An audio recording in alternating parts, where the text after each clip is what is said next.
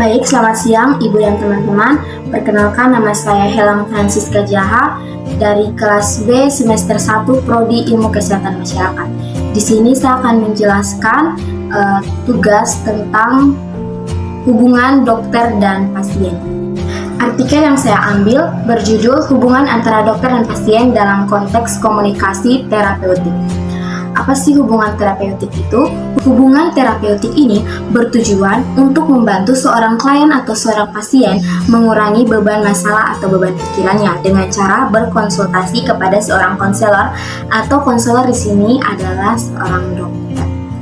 Hubungan terapeutik sendiri terjalin antara dokter dan pasien. Pada dasarnya harus dikelola sedemikian rupa untuk dapat memberikan hasil kesehatan yang baik kepada seorang pasien.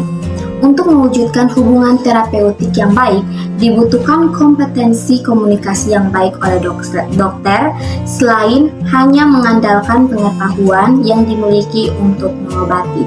Pada artikel ini, penelitian ini dilatar belakangi karena adanya masalah komunikasi yang ditemukan dalam ruang lingkup kesehatan, seperti adanya kasus malapraktek akibat kurangnya penjelasan pemberian informasi kesehatan oleh seorang dokter. Selanjutnya, pada artikel ini, penelitian ini bertujuan untuk memahami bagaimana pola interaksi dalam hubungan terapeutik antara dokter dan pasien, dan untuk memahami apa saja hambatan yang kerap terjadi atau sering dialami antara dokter dan pasien. Selanjutnya, hasil dari penelitian ini didapatkan 4 tahap dalam jalinan terapeutik. Yang pertama prainteraksi, yang kedua orientasi, yang ketiga kerja, dan yang keempat terminasi. Prainteraksi artinya sebelum seorang dokter bertemu dengan pasiennya, dia sudah bersiap-siap dengan cara membaca riwayat medis pasien. Jadi ketika bertemu dengan pasien, dia sudah dapat menyesuaikan dengan cara menerapkan komunikasi terapeutik itu sendiri. Tahapan orientasi atau tahapan perkenalan. Pada tahapan ini, dokter akan memperkenalkan dirinya, akan memperkenalkan identitasnya dan jabatannya sebagai dokter apa.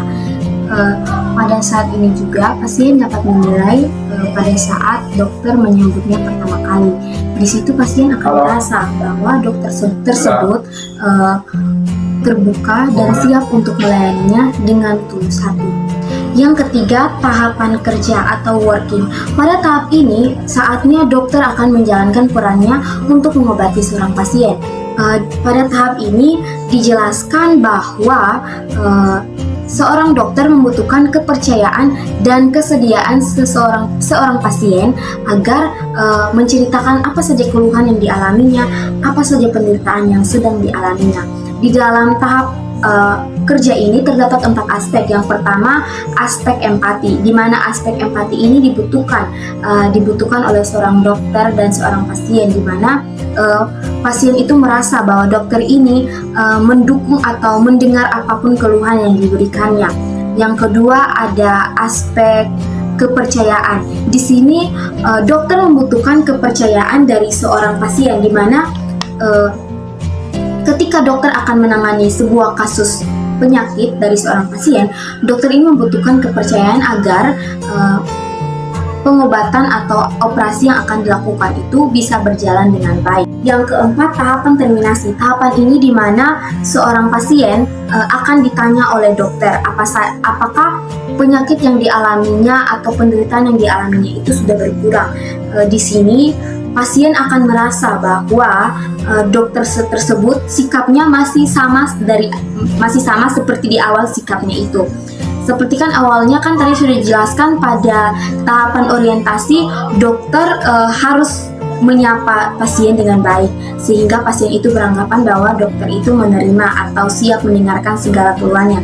Jadi pada tahapan terminasi ini, pasien akan merasa bahwa sikap dokter itu tidak pernah berubah kepada dia. Jadi dokter ini tetap memperhatikan dia, menyarankan kepada dia tentang apa saja yang harus dilakukannya setelah pengobatan ini. Yang terakhir, aspek keterbukaan. Pada aspek ini dijelaskan bahwa dokter membutuhkan keterbukaan dari pasien. Jadi, apapun yang dialami oleh seorang pasien seharusnya dijelaskan secara detail sehingga pada saat dokter mendiagnosanya atau apa yang akan diberikan dokter tersebut ketika dokter mengetahui apa saja pengeluhan yang diberikan oleh pasien tersebut.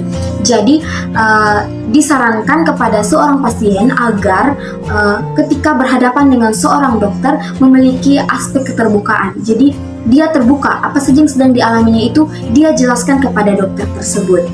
Baik, kesimpulannya, hubungan antara dokter dan pasien membutuhkan komunikasi terapeutik agar dokter dan pasien saling mengontrol dirinya masing-masing. Di sini pasien membutuhkan dokter agar dapat mempercepat kesembuhannya dan dokter juga membutuhkan keterbukaan dan kepercayaan pasien sehingga dokter dapat mendiagnosa dan dapat memberikan tindakan yang baik untuk pasien.